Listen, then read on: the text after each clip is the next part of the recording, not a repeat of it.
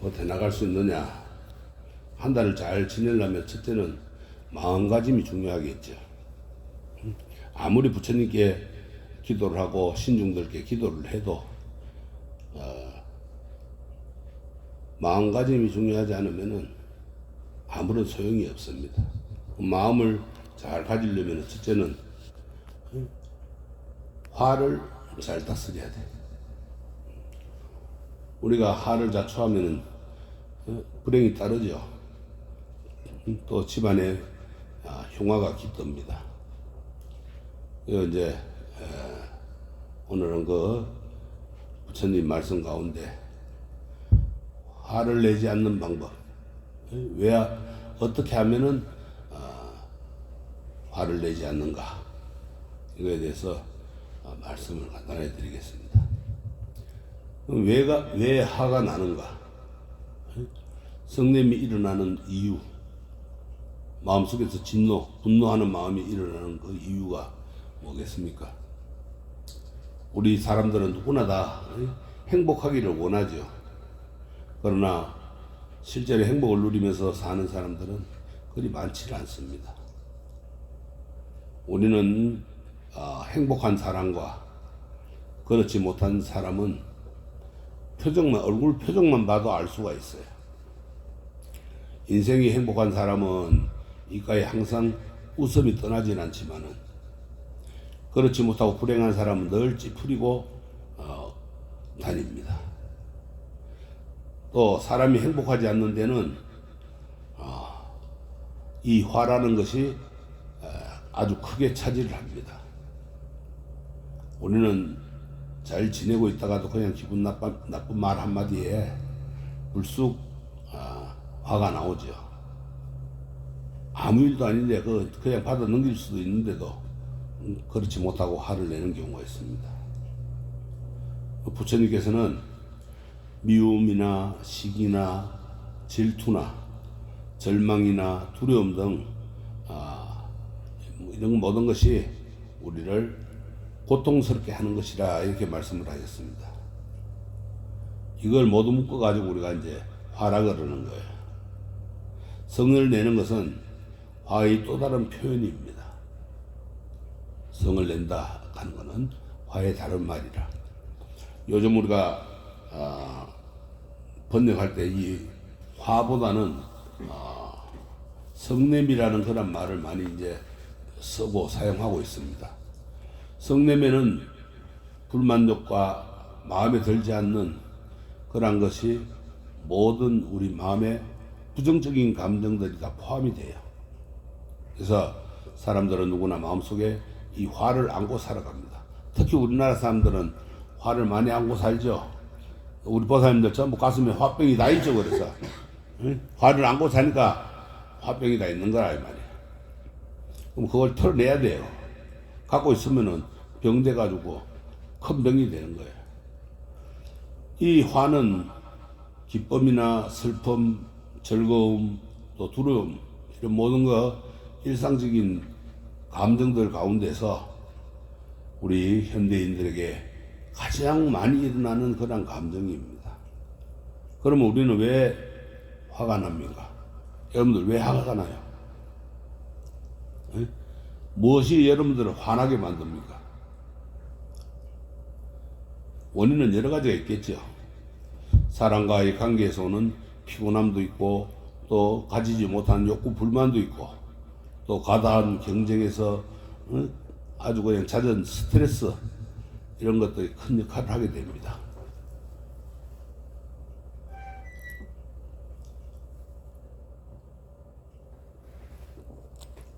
이 화가 나는 이유를 잘 생각해 보면은 모든 것이 내 뜻대로 되지 않기 때문에 그런 것이 화가 나는 것을 알 수가 있어요.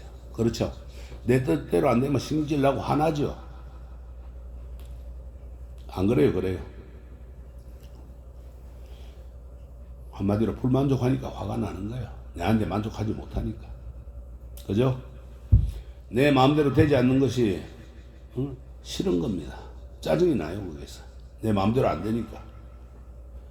어느 정도 우리가 나이가 들면은 세상이 뜻대로 되지 않는다는 것을 이제 알고 있는데 젊었을 때는 그런 걸 모르니까 화가 나는 거예요. 그럼에도 불구하고 사람들은 항상 모든 일이 내 뜻대로 되어 주기를 바라고 있어요. 그렇죠? 그리고 뜻대로 되지 않는다고 해가지고 화를 내는 겁니다. 그래서 사람들은 이 화가 나면 대부분 그 원인을 상대방에게 있다고 생각을 해요. 상대방이 나를 화나게 만들었다 이런 생각을 해요. 내가 지금 당하는 모든 고통이 다 다른 사람들 때문에 일어나는 것이라고 생각을 합니다. 그러나 자세히 한번 들여다보세요.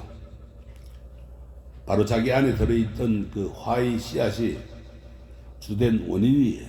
근본적인 원인은 자기 안에 들어있는 화가 문제예요. 남을 원망할 필요가 없어요. 왜 상대방을 원망해? 가만히 있는 상대방이 무슨 죄가 있다고.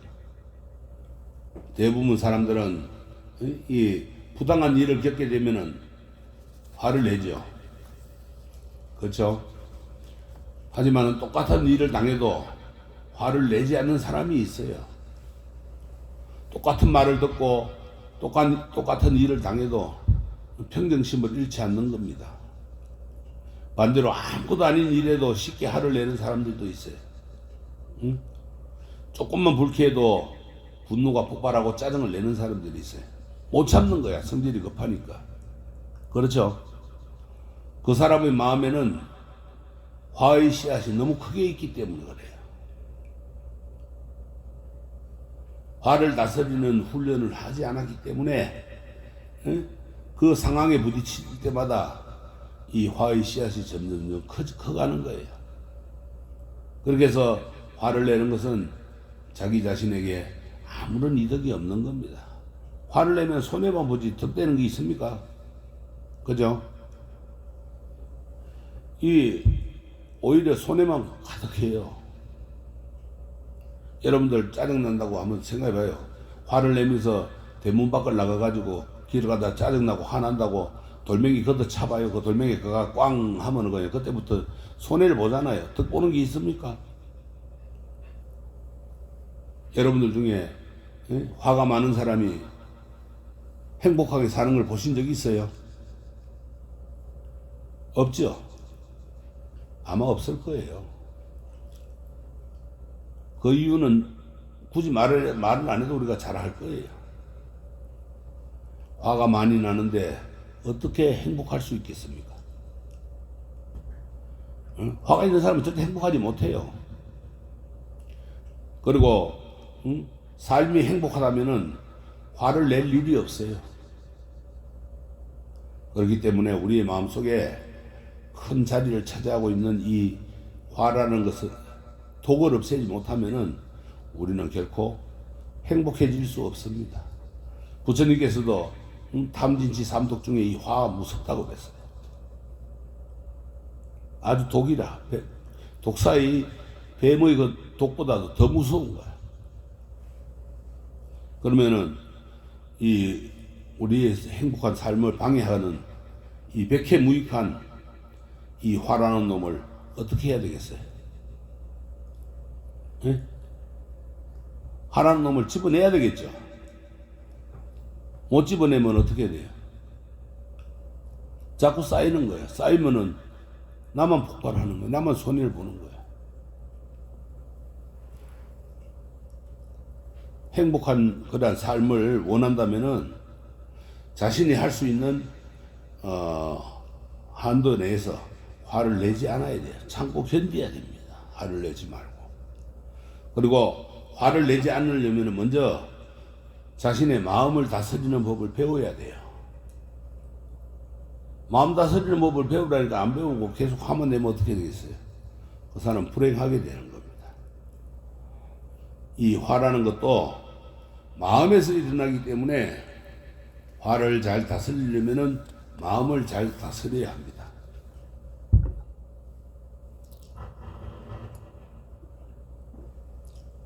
그렇다면 우리가 어떻게 마음을 잘 다스려야 됩니까?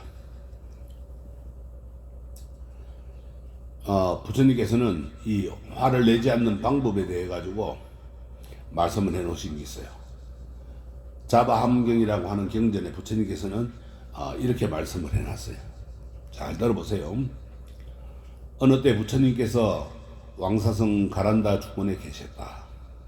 그때 흉악촌장이 부처님 계신 곳으로 찾아와서 부처님 발 앞에 절을 올리고 한쪽으로 물러나 앉아서 부처님께 아뢰었습니다. 부처님이시여, 어떤 법을 닦지 않았기 때문에 남에게 화를 내고 화를 내기 때문에 입으로 나쁜 말을 하며 그 때문에 남들이 저에게 나쁜 이름을 붙였습니다. 뭐라고 붙였냐? 흉악촌장이라는 이름을 붙였어. 흉악하다 그래요. 우리 그 하면은 아주 그냥 다른 생각 갖고 이렇게 하는 사람을 흉악하다 그러죠. 근데 너무 그냥 입으로 나쁜 말만 하니까 흉악하다고 해요. 흉악촌장이라고 붙여요. 그래서 이 촌장은 마을 사람들이 자기 자신을 갖다 흉악촌장이라고 부르는 것에 대해 가지고 무척 속이 아주 상했던 것 같아요. 그러니까 부처님이 와서 이제 그렇게 여쭙겠죠. 이 흉악이라고 하는 건 뜻이 뭐예요? 흉악이라고 하는 건 성질이 싸납고 아주 모질은 것을 흉악하다 그래요. 촌장은 부처님을 찾아와서 왜 자기에게 그런 악명이 붙이는지 여쭙는 겁니다. 부처님께서는 이제 그러니까 그 이유에 대해서 이렇게 말씀을 해줬어요. 바른 견해를 닦지 않았기 때문에 남에게 화를 내고 화를 내기 때문에 입으로 나쁜 말을 하게 되니 그 때문에 남들이 나쁜 이름을 붙이는 것입니다.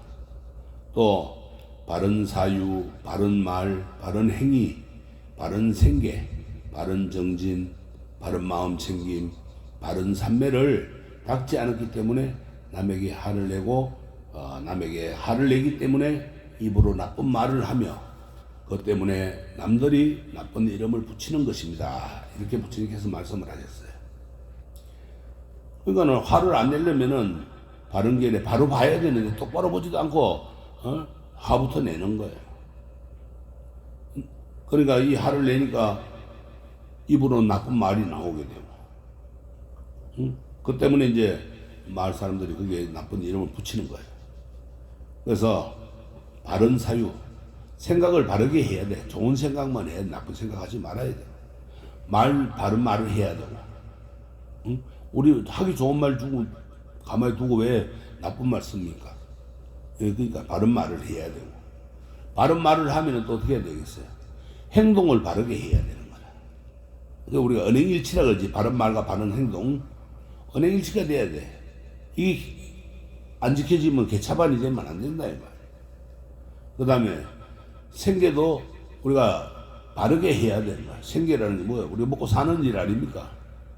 그럼 바르게 해야 되는데 내가 참 정당하게 노동을 대가로서 벌어서 먹고 살아야 되는데 그렇지 않고 생계를 바르게 하지 않으면은 뭐가 있어요? 남에게 사기친다든가 도둑질을 한다든가 강도질을 한다든가 이런 게 있겠죠. 그 다음에 바른 정진이라고 하는 거는 꾸준하게 노력하는 거예요. 이 앞에 바른 생각, 바른 말, 바른 행위, 바른 생계 이거를 꾸준하게 노력하는 거예요. 그게 바른 정진이라. 그래서 그걸 하려면 마음을 바로 챙겨야 되는 거야. 내 마음을 바로 해야 되는 거야. 생각을 바르게 가져야 되는 거야. 그걸 항상 하지 않았기 때문에 바른 삼매, 남에게 화를 내고 남에게 화를 내기 때문에 입으로 나쁜 말을 하게 되고 그 때문에 이제 남들이 나쁜 이름을 붙여줬어요. 뭐라고 붙여줬냐? 흉악촌장이라 이런 거예요. 부처님께서는 이 촌장에게 악명이 자자한 이유는 화를 많이 내고 나쁜 말을 많이 하기 때문이라 이렇게 말씀을 하신 거예요. 그렇죠? 그리고 화를 많이 내는 이유는 바른 견해를 비롯한 팔정도라는 8가지의 길을 닦지 않았기 때문이라고 이제 말씀을 해주신 겁니다. 이 말씀을 듣고 촌장은 어떻게 하면 화를 내지 않고 좋은 명성을 들을 수 있는지 이제 알고 싶어요. 궁금합니다. 그래서 다시 부처님께 이렇게 여쭙습니다. 세존이시여, 어떤 법을 닦아 익히면 남에게 화를 내지 않기 때문에 입으로 좋은 말을 하며 그 때문에 남들이 좋은 이름을 붙여줍니까? 이렇게 여쭈니까 부처님께서는 이제 촌장에게 이렇게 말을 해요. 바른 견해, 그러니까 바로 보는 그런 행동을 닦지 않으면은 남에게 화를 내지 않기 때문에 입으로는 좋은 말을 하여 그 때문에 남들이 좋은 이름을 붙여줄 것입니다. 바른 행동만 하면은 남들이 나한테 좋은 이름을 붙여주는 거야. 근데 바른 행동을 안 하고 화를 내니까 흉악하다가는 거야. 또 바른 생각을 하고 바른 말을 하고 바른 행동을 하고 바른 생계, 바른 업을 하고 그 꾸준하게 노력하고 그 바른 생각을 하고 이렇게 하면은 남에게 성을 내지 않기 때문에 입으로 좋은 말을 하게 되고 그 때문에 남들이 좋은 이름을 붙여줄 것입니다. 이렇게 말씀하셨어요. 그러니까 이 흉악촌장이 부처님께 이렇게 여쭙습니다. 부처님이시여 놀랍습니다. 그 말씀을 잘 해주셨습니다. 저는 바른 견해를 닦지 않았기 때문에 남에게 화를 내고 남에게 화를 내기 때문에 입으로 나쁜 말을 하고 그 때문에 남들이 저에게 나쁜 이름을 붙여주었습니다. 또 바른 사유, 바른 말, 바른 행동, 바른 생계, 바른 정진, 바른 마음 생김, 바른 삼매를 닦지 않았기 때문에 남에게 화를 내기 때문에 입으로 나쁜 말을 하며 그 때문에 남들이 저에게 나쁜 이름을 붙여주었습니다. 그러므로 저는 지금부터 화내고 억세고 거친 행동들을 모두 버리겠습니다. 이렇게 했어요. 예, 우리가 이 모든 걸 버리겠다니까 부처님께서는 화를 내지 않고 좋은 명성을 바라는 촌장에게 이렇게 대답을 해주셨어요. 화답을 했어요. 위에 촌장의 말 가운데 그 말씀을 잘 해주셨습니다라는 부분이 좀 이제 설명이 필요한데 우리가 선설차언이라 그래요. 선설차언. 착한 말은 바르게 하면은 아주 잘 쓰여진 부처님의 가르침이라 그랬어요. 우리가 여러분들 잘 기억해둬야 돼요. 선설차언. 착할 선자에다가 말씀 설자에다가 이차에다 말씀 은자. 그러니까 참으로 바르게 잘 쓰여진 가르침이다라는 뜻이라. 부처님께서는 설법을 들은 사람들이 마지막에 부처님의 가르침에 탄복하고 찬탄하는 그런 내용이라요. 부처님께서는 바른 견해를 닦으면 화를 내지 않게 되고 화를 내지 않기 때문에 입으로 악담이나 또 남의 험담 등의 나쁜 말을 하지 않고 좋은 말들을 하게 된다고 하셨어요. 우리가 화를 내지 않고 바른 말을 하고 좋은 말만 하는데 어떻게 평판이 나쁠 수가 있겠어요? 그죠? 당연히 좋게 우리가 평판이 명성이 좋게 나겠죠. 이어서 바른 생각을 하고 또 바른 말하고 바른 행동도 하고 우리가 바르게 생계업을 하는데 장사를 하든지 뭘 하든지 바르게 하는데 또 바르게 끊임없이 그렇게 노력을 하는데 어떻게 화가 나오겠습니까?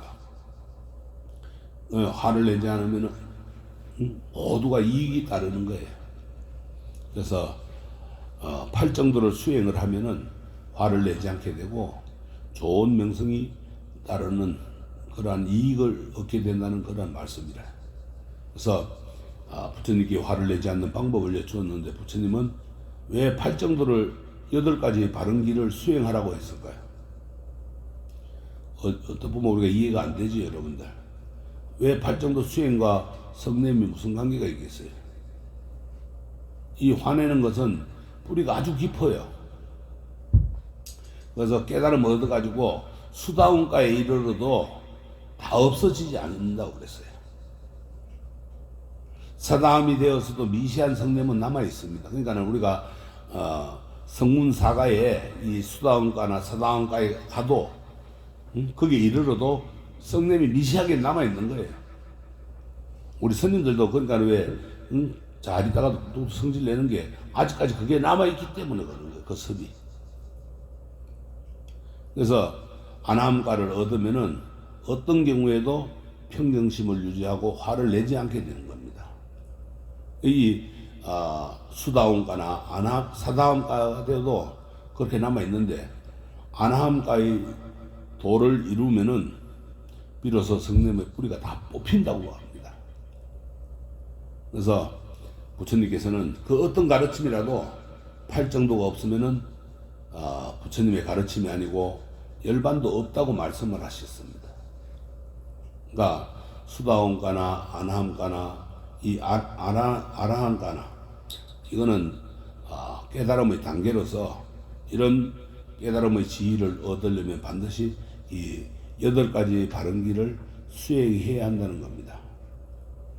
화를 참는 것이 아니라 마음속에서조차 화를 내지 않는 단계가 되려면은 안함가를 정득해야 하기 때문에 바로 보는 그러한 행동이 필요하고 또 그걸 비롯해 가지고 이 8가지 바른 길을 수행해야 하는 겁니다.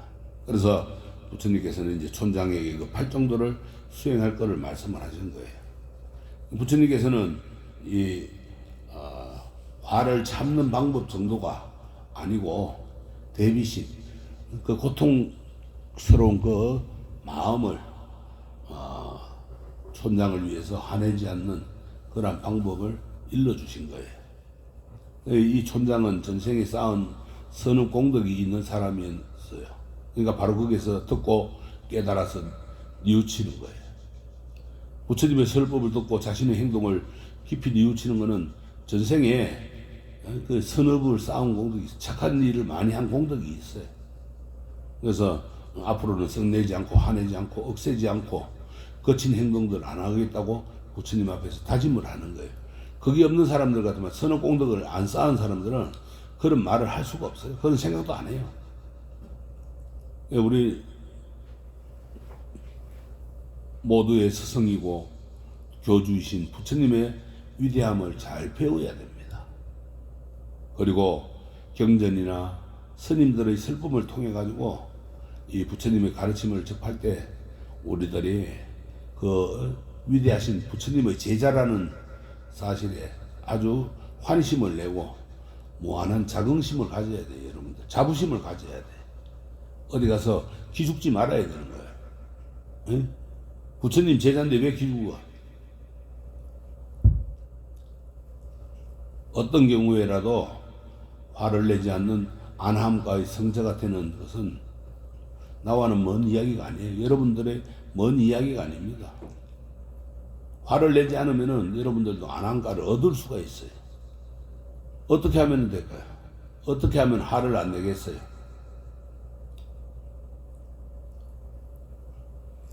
힘 닿는 대로 8정도 8가지 바른 길을 행하면 되는 거예요. 그러면 화가 안 나게 돼 있어요.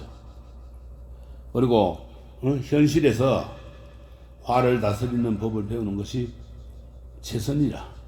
어떻게 하면 화를 다스릴 수 있는가? 베트남의 그 틱나은 스님이 쓰신 화라는 책에는 화를 다스리는 실질적인 방법들이 많이 제시되어 있어요. 그 중에서 보면 몇 가지만 내가 말씀을 드릴게요.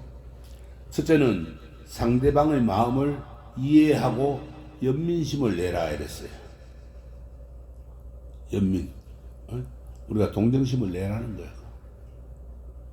화를 다스리는 방법 중 한 가지는 상대방의 처지를 이해하려는 그런 마음이 있어야 돼. 그게 연민의 마음을 내는 겁니다.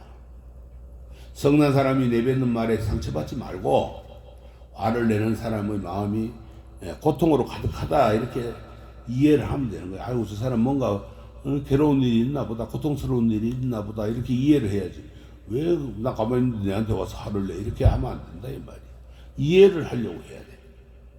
또 그 사람에 대한 연민의 마음이 생겨 나오는 거예요. 그렇게 되면 그러면은 그가 아무렇게나 내뱉는 그 거친 말에 상처받지 않고 그 사람을 연민의 마음으로 바라볼 수 있게 되는 거예요. 근데 상처받고 그게 조금이라도 그냥 충격을 받아가지고 같이 화를 내고 그하면 안 되겠죠. 그렇게 하고 있어요. 그래서 화라는 것도 마음에서 일어나는 마음의 작용이기 때문에 이 화를 다스리는 것도 마음이라고 할 수가 있는 겁니다. 두 번째는 화가 났을 때 섣불리 말하거나 행동하지 않기. 내가 화가 나 있는데 섣불리 말하면 내 입에서 좋은 말이 나가겠어요, 안 나가겠어요? 안 나오겠죠. 그 다음에 행동은 내가 화냈을 때는 좋은 행동이 나가겠어요, 안 나가겠어요? 난폭하겠죠. 하면은 참으라 이 말이에요. 그러면 참는 방법 어떻게 하느냐? 화가 날 때는 거울을 한 번씩 보세요.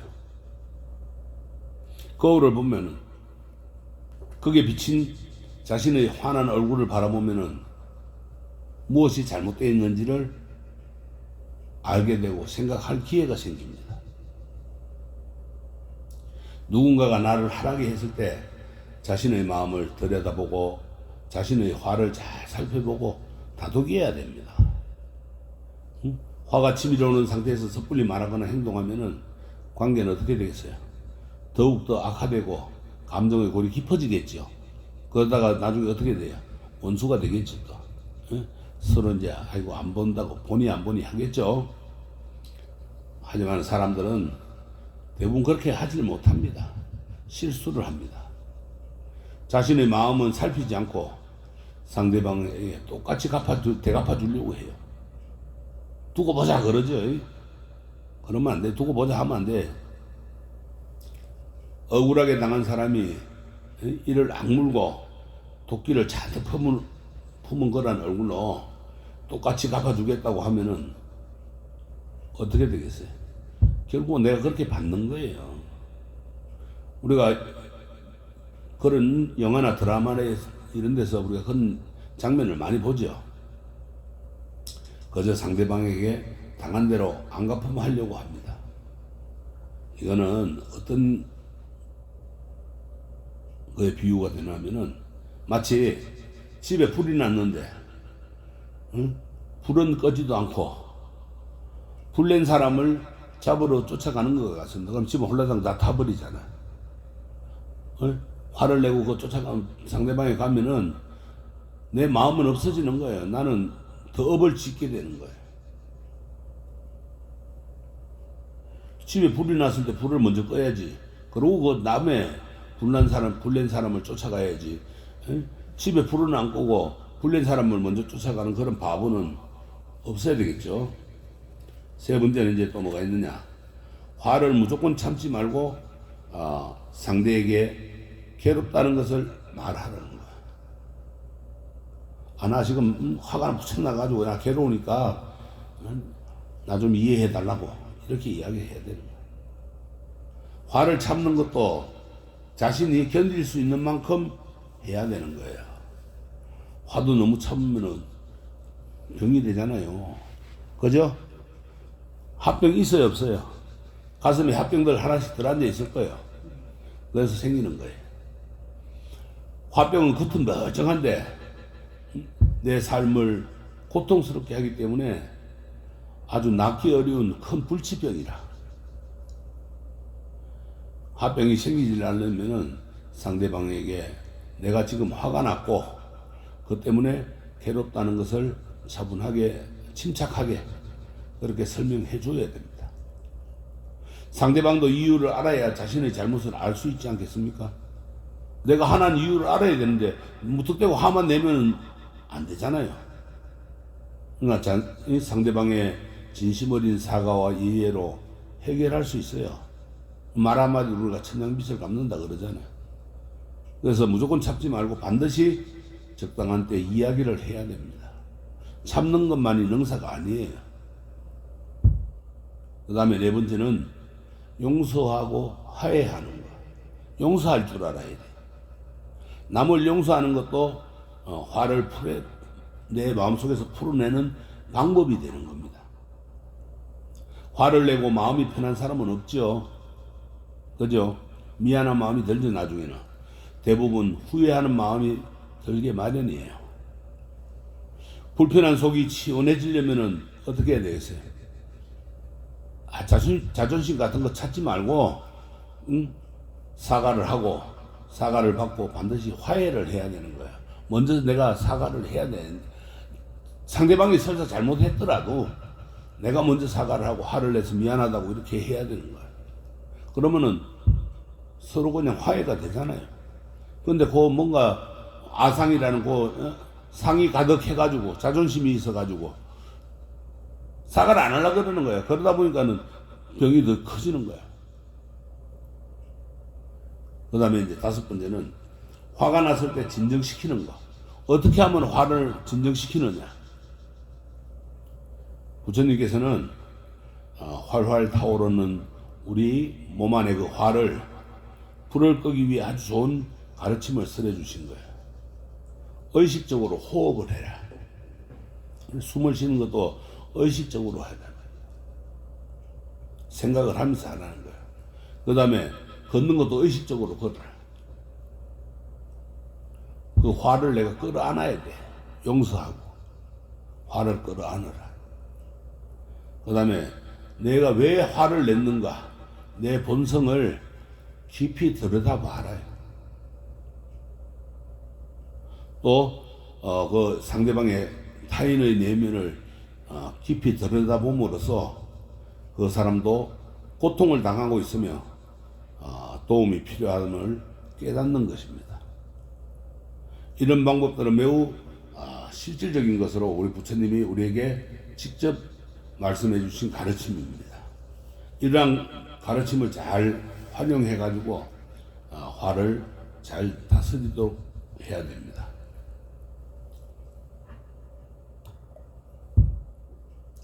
이외에도 이 틱나은 스님의 화라는 책에서 화를 다스리는 방법을 다양하고 자세하게 설명을 해놨습니다. 그 책도 한번 읽어보면은 화를 다스리는데 많은 도움이 될 거예요. 그 다음에 이제 자신을 깔보아도 화를 내지 않는 학생이 있어요. 잡고장경에 화내는 것에 관해 이런 구절이 있어요.